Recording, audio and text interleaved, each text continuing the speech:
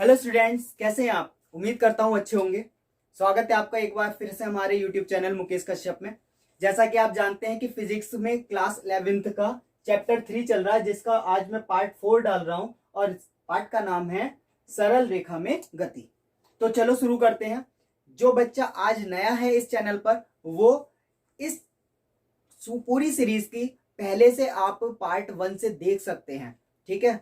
और आज हमारा टॉपिक है त्वरण। बच्चे देखिए, हम चाल समझ चुके हैं, वेग समझ चुके हैं। आज आता है त्वरण। क्या होता है त्वरण, उसके बारे में थोड़ा सा जानते हैं।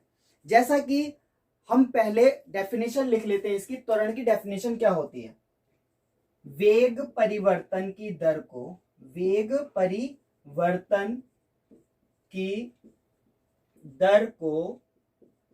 त्वरण कहते हैं।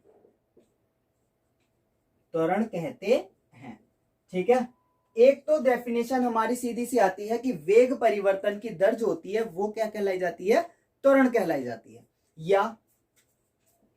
या किसी निश्चित समय अंतराल में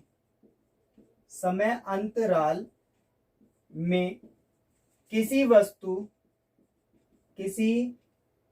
वस्तु की गति में लगातार होने वाला परिवर्तन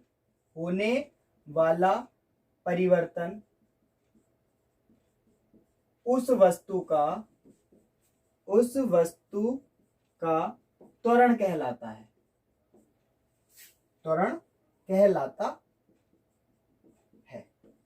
ठीक है बच्चे। जैसा कि डेफिनेशन के अकॉर्डिंग पता चला कि वेग परिवर्तन की दर को कहते हैं त्वरण कहते हैं। और दूसरी बात हमने कही कि किसी निश्चित समय अंतराल में किसी वस्तु की गति में लगातार होने वाला परिवर्तन उस वस्तु का त्वरण कहलाता है।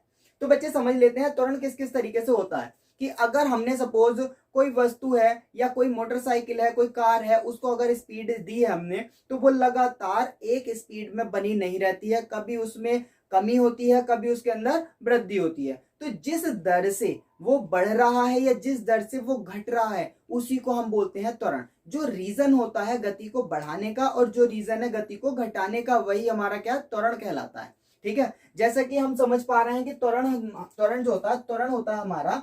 इसके बारे में पहले पूरी बात समझेंगे। पहले एक इसका एग्जाम्पल वो समझ लेते हैं, फॉर्मूला समझ लेते हैं। त्वरण बराबर होता है वेग परिवर्तन बटे समय। ठीक है, वेग परिवर्तन बटे समय। त्वरण को ए से रिप्रेजेंट करते हैं। और वेग परिवर्तन, वेग होता है हमारा v और अपॉन क्या होता है t। एक तो फॉर्मूला आ जाता है ये, ठीक है। लेकिन ये अधूरा फॉर्मूला है। क्यों है अधूरा फॉर्मूला? क्योंकि यहां पर वेग परिवर्तन हो रहा है, तो परिवर्तन कभी भी दो वस्तुओं के बीच में होगा, दो चीजों के बीच में परिवर्तन होगा। अकेली चीज में कभी भी हम परिवर्तन को शो नहीं कर सकते। तो इसका मतलब ये हमें पता चलता है कि जरूरी है कि पहले उसकी कुछ ना कुछ वेग रहा हो, उसके बाद दूसरा वेग हुआ हो, तो उन दोनों के बीच में अंतर जो होगा वही हमारा परिवर्तन कहलाता है। ठीक है। तो जब दो चीजों का संबंध आ रहा है, तो इसका मतलब कोई v1 होगा और दूसरा v2 होगा। इसी तरीके से जब हमारा पहले वेग था, उसके बाद दूसरा वेग जब पहुंचा, तो उसका मतलब कि समय भी बदला होगा। समय पहले कुछ होगा और बाद में कुछ होगा, तो समय के अंदर भी परिवर्तन होगा। तो इसका मतलब वहां पर भी t1 भी होगा और t2 भी होगा। समझ पा रहे हैं बात? तो जब ऐसी चीज आएगी, तब हम क्या करेंगे कि वेग परिवर्तन की दर को delta v upon delta T बोलेंगे। डेल्टा v का मतलब क्या होगा? डेल्टा v का मतलब होता है कि पहले दूसरे वेग में से पहला वेग घटा हुआ, और इसे है ना इस तरीके से शो करते हैं। ये लहराता हुआ एक साइन होता है, और ये साइन जो होता है कहता है इन दोनों के बीच का अंतर। वेग हो सकता है कि बढ़ा हुआ हो पहला वेग और दूसरा वेग घटा हुआ हो, कम हो, या हो सकता है कि पहला वेग कम हो और दूसरा वेग ज्यादा हो। कैसी कंडीशन हो सकती है? ये दोनों कंडीशन निर्भर करती हैं इंसान की गति के ऊपर कि हम कहां से कैलकुलेशन कर रहे हैं।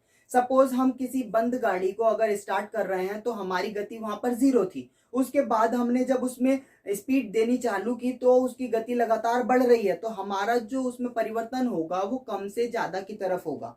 तब जब कम से ज्यादा की तरफ होगा, तो v1 हमारा कम हुआ और v2 हमारा ज्यादा हुआ। तब हम करेंगे v2 माइनस v1, ठीक है। लेकिन अगर सपोज हम कहीं से कैलकुलेशन करते हैं ऐसी जहां पर कि हमारा वेग पहले से चल रहा था और हम वहां पर ब्रेक लगा रहे हैं, ब्रेक लगाने के बाद उसकी गाड़ी को रोक रहे हैं, तो जब हम ब्रेक लगाएंगे तो ब्रेक लगाने का मतलब यह है कि गति हमारी पहली वाली ज्यादा थी और बाद वाली गति कम हो रही है। इसका मतलब v1 ज्यादा है और v2 कम है। तो जब v1 ज्यादा है तो v1 में से v2 घटाएंगे, ना कि v2 में से v1 घटाएंगे। तो हम यहाँ पर कंफ्यूज्ड होते हैं कि किससे किस में से घटाया जाए, तो हर बार तो फॉर्मूला बदला जाएगा नहीं, इसलिए हम इस साइन का प्रयोग कर लेते हैं और ये साइन होता है बड़े में से छोटा घटाने का। और इस साइन का सबसे बड़ा मतलब ये होता है कि चाहे प्लस का हो या माइनस का हो, माइनस का साइन शो नहीं होता है इस साइन इसको लगाने के बाद। नहीं तो सपोज हमने क्या किया, v1 माइनस v2 कर दिया और यहाँ पर 2 लिखा या 4 लिखा, तो इसका मतलब होता है माइनस का 2,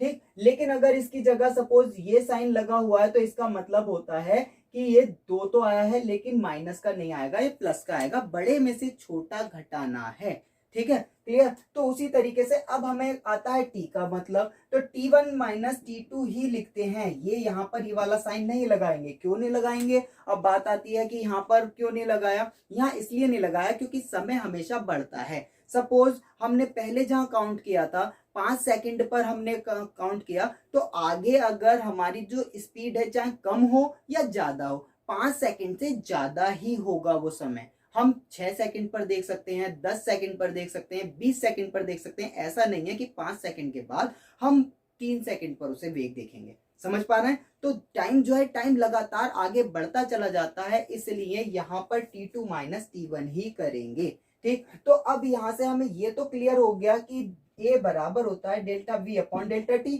ठीक है। तो डेल्टा का मतलब होता है जहां पर कि डेल्टा v जो है वो शो करता है v2 माइनस, यानी कि लहराता हुआ ये साइन, और v1, ठीक है। और डेल्टा t जो शो करता है वो करता है t1 माइनस t2 को। अगर बच्चे आप लिखना चाहेंगे तो यहाँ पर एक चीज और लिख सकते हैं कि माना हमारे 2 वेग हैं, जिससे कि पहला वेग प्रारंभिक वेग v1 तथा अंतिम वेग v2 है, और समय पहला t1 और दूसरा t2 है, यानी कि 2 समय हो गए और 2 हमारे पास वेग हो गए। जब 2 समय और 2 वेग दे रखे हैं, तब हमें जब त्वरण ज्ञात करना है तो वेग परिवर्तन की दर को त्वरण बोलते हैं। तो वेग का परिवर्तन हो रहा है, तो वेग का परिवर्तन माइनस होकर होगा v2 में से v1 घटाकर। ऐसे ही परिवर्तन बटे समय, समय कितना अंतराल आया उसके अंदर, t1 माइनस t2, ये हमारे पास समय अंतराल भी आ गया। तो यहां से हमें पता चल गया कि v जो है हमारा इस तरीके से काउंट होगा। अच्छा, अब ये एक बात और समझ लेते हैं कि जो हमारा त्वरण होता है वो एक सदिश राशि होती है। सदिश राशि क्यों होती है? क्योंकि हमें यहाँ पर इस्तेमाल किया जा रहा है वेग, ठीक है। और जब हम वेग लेकर आते हैं तो वेग को हमें दिशा की आवश्यकता होती है, सदिश राशि है, इसका मतलब त्वरण भी हमारा एक सदिश राशि ही होगा। तो इससे पता चलता है कि वेग क्या हमारा एक सदिश राशि, सॉरी त्वरण हमारा सदिश राशि है। त्वरण क्या हमारा सदिश राशि है, ये चीज हमें पता चलती है, ठीक है, सदिश राशि है। अब इसका मात्रक क्या होता है? देखो मात्रक होता है, ये क्या दे रखा हमारा वेग, वेग हमारा क्या हो जाएगा, इसमें होता है वेग का मात्रक होता है मीटर प्रति सेकंड, ठीक है। और नीचे समय फिर दे रखा है यानी कि सेकंड से, फिर इसकी मल्टीप्लाई कर देंगे तो इसका जो मात्रक हो जाएगा मीटर प्रति सेकंड स्क्वायर, इसका मात्रक निकल के आता है।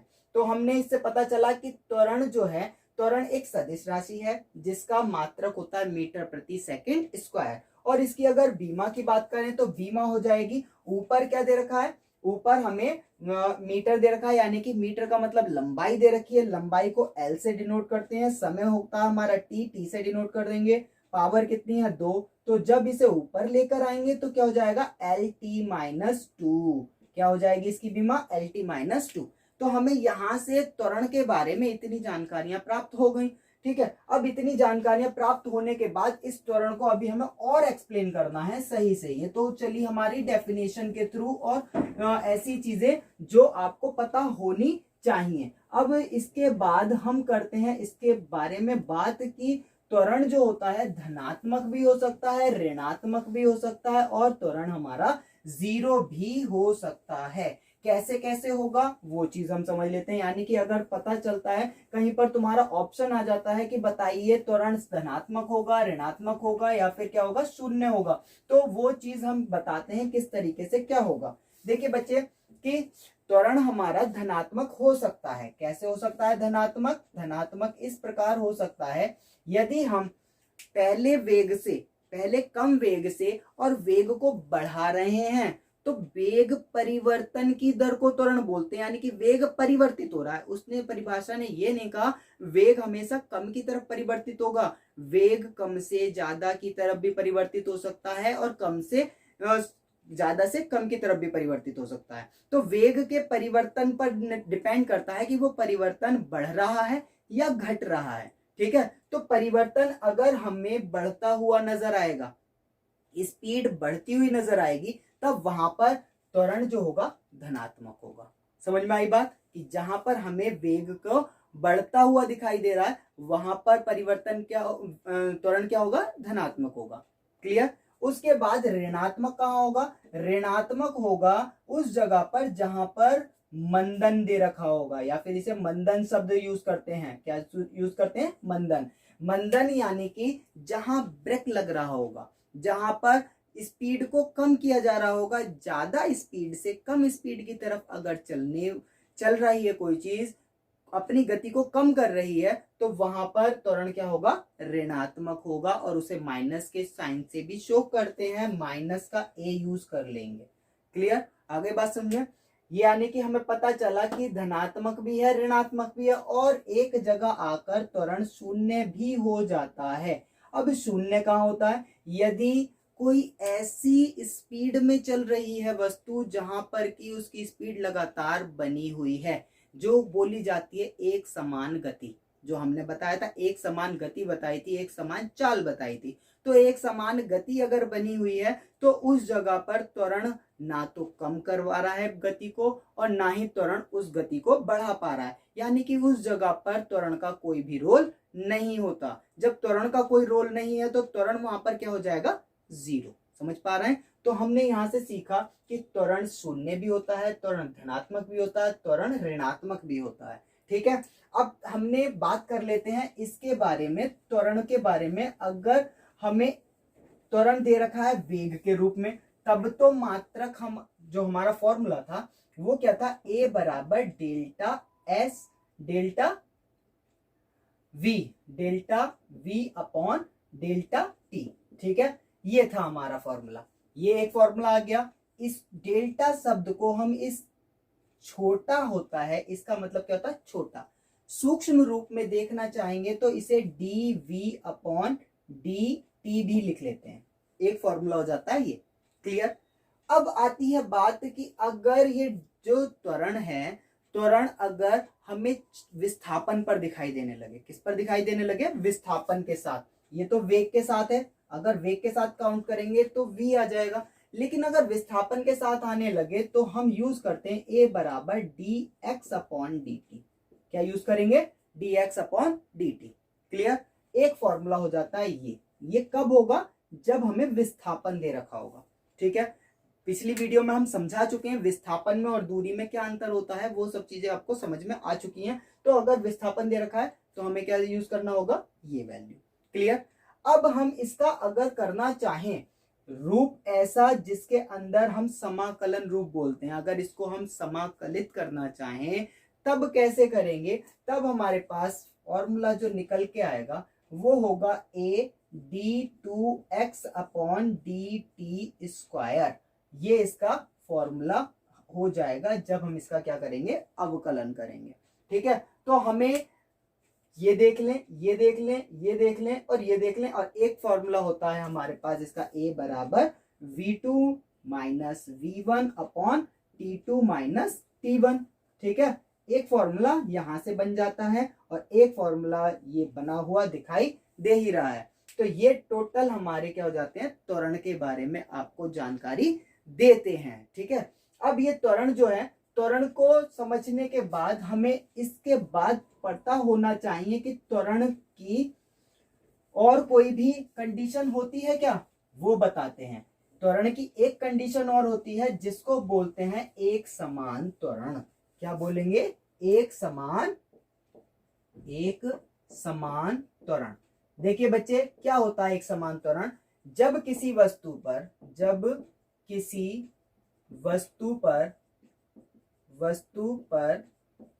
लगातार जब किसी वस्तु पर लगातार त्वरण का मान अपरिवर्तित रहे। क्या रहे? अपरिवर्तित रहे तो इस प्रकार के त्वरण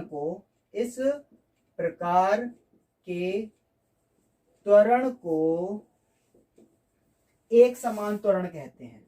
एक समान त्वरण कहते हैं। समझ लेते हैं बच्चे, एक समान त्वरण क्या हो जाएगा कि अगर त्वरण हमें दे रखा है, वो त्वरण लगातार या तो बढ़ रहा है या लगातार घट रहा है, लेकिन उसके घटने और बढ़ने की दर एक जैसी रहनी चाहिए। ठीक है, यानी कि वो अगर बढ़ रहा है तो जिस स्पीड से बढ़ रहा है उसमें कभी भी कमी नहीं होनी चाहिए। पता चला 1 सेकंड में बढ़ा है कुछ, 3 की स्पीड से बढ़ा, दूसरे सेकंड में 2 की स्पीड से बढ़ा, ये उसमें अंतर नहीं आना चाहिए। ठीक है, तो अगर लगातार वो एक ही स्पीड से बढ़ता चला जा रहा है तो ऐसे त्वरण को बोलते हैं एक समान त्वरण। या फिर कम कर हो रहा है तो उसे बोलेंगे एक ही तरीके से, अगर कम होता चला जा रहा है तो उसे बोलेंगे एक समान त्वरण।